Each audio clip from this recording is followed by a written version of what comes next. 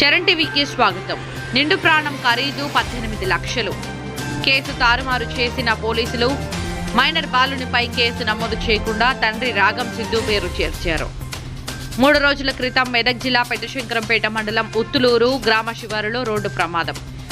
Minor బాలుడు రాగం Sushant alias Munna Mahendradhar AP 23K8892 నడుపుతూ ఎదురుగా వస్తున్న వ్యక్తిని ఢీకొట్టడంతో ప్రాణాలు కోల్పోయాడు.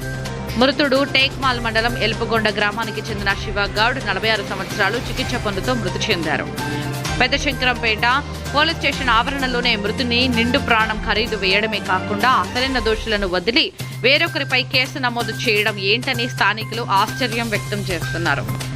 చట్ట ప్రకారం మైనర్ బాలుడైన రాగం సుశాంత్తో పాటు తండ్రి రాగం సిద్ధుపై కూడా కేసు నమోదు చేయాల్సి ఉంటుంది.